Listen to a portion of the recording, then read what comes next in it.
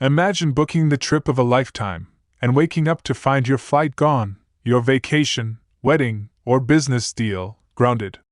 This isn't a movie plot, it's happening right now in Canada.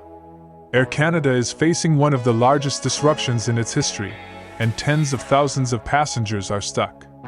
Today, we're diving deep into the Air Canada strike crisis, why it's happening, how it's unfolding, and what it means for you. The group striking is the Canadian Union of Public Employees, CUP, which represents more than 10,000 flight attendants working for both Air Canada and its low-cost subsidiary Air Canada Rouge. These flight attendants are responsible for passenger safety, in-flight service, and handling emergencies. They are walking off the job because negotiations with Air Canada for a new collective bargaining agreement broke down. Key reasons they're striking: unpaid work time, tasks like boarding, waiting for delays, and post-flight duties are often unpaid. Low wages versus inflation. The union says wages haven't kept pace with the rising cost of living, especially in major Canadian cities. Better benefits and scheduling. They want improved health benefits, more predictable schedules, and safer working conditions. While Air Canada offered a 38% pay increase over 4 years, including a 25% bump in the first year, CUP says the deal doesn't go far enough to address these long-standing issues.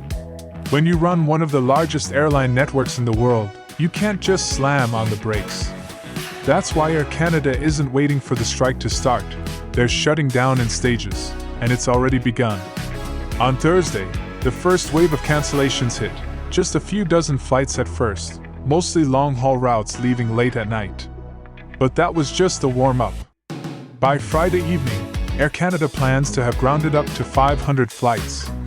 That's not just numbers on a board, that's around 100,000 passengers left scrambling to rebook, reroute, or in some cases, cancel their trips altogether.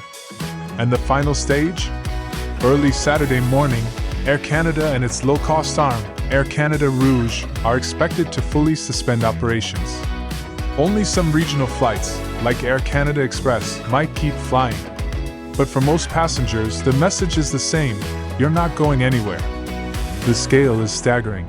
Up to 130,000 people stranded every single day of the shutdown. That includes Canadians stuck overseas and travelers from around the globe who suddenly find their plans in limbo. Air Canada says the phased shutdown is the responsible move. In their words, you can't start or stop a global airline at the push of a button. They argue this slow wind-down gives passengers notice, avoids total chaos at the airports, and allows for a smoother restart